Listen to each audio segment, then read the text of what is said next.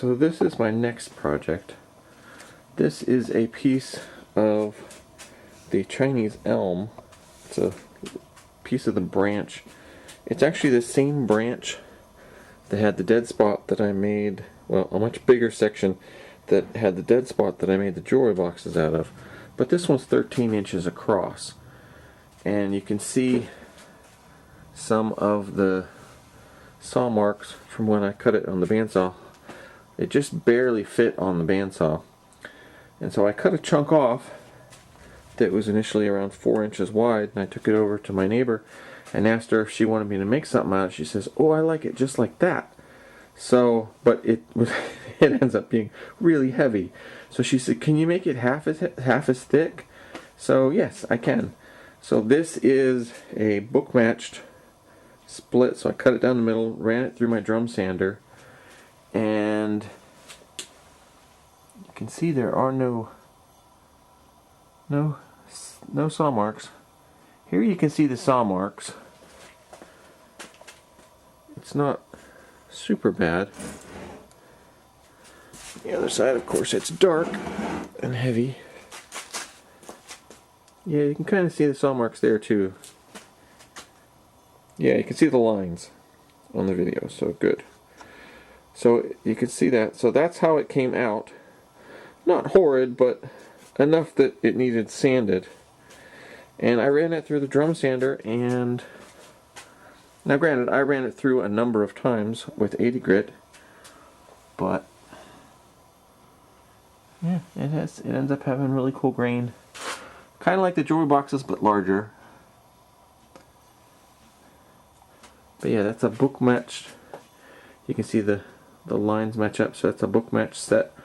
So that way she'll be able to have it. And I just put pine, pieces of pine from the pine shelving as bases, and it's screwed down from underneath, so it's not going to fall. And let's see, I gotta go get the polyurethane. Hold on. So this is the polyurethane that I ended up using. The triple thick water-based clear gloss, and it actually goes on really nice. It's thick and white when it comes out versus clear, but it ends up drying clear, and it leaves a really nice finish.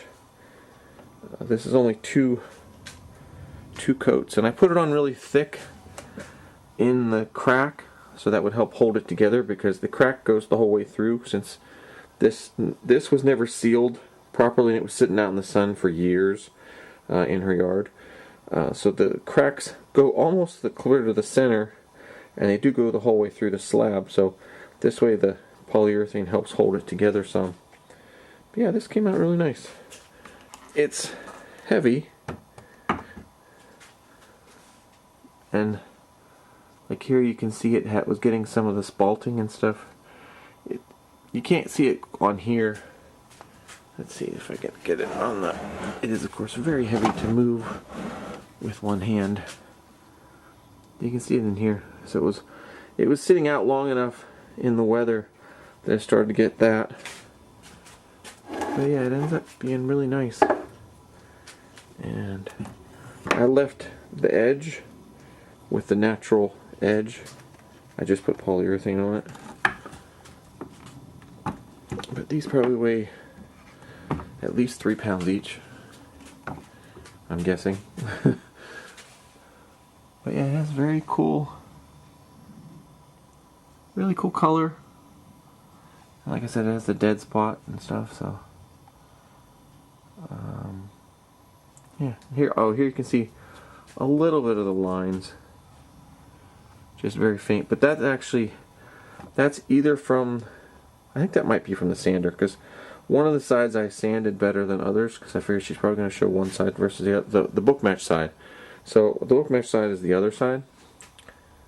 But yeah, then here's, on the camera it looks like greens and things, but in person it looks mostly brown.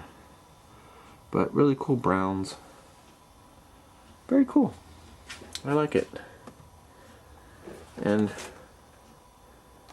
little bits of bark left. But you can see the cracks end up going the whole way through. But yeah, I think that came out really nice. I have it up on there so it gives a little better picture. But yeah, that was the project for this weekend.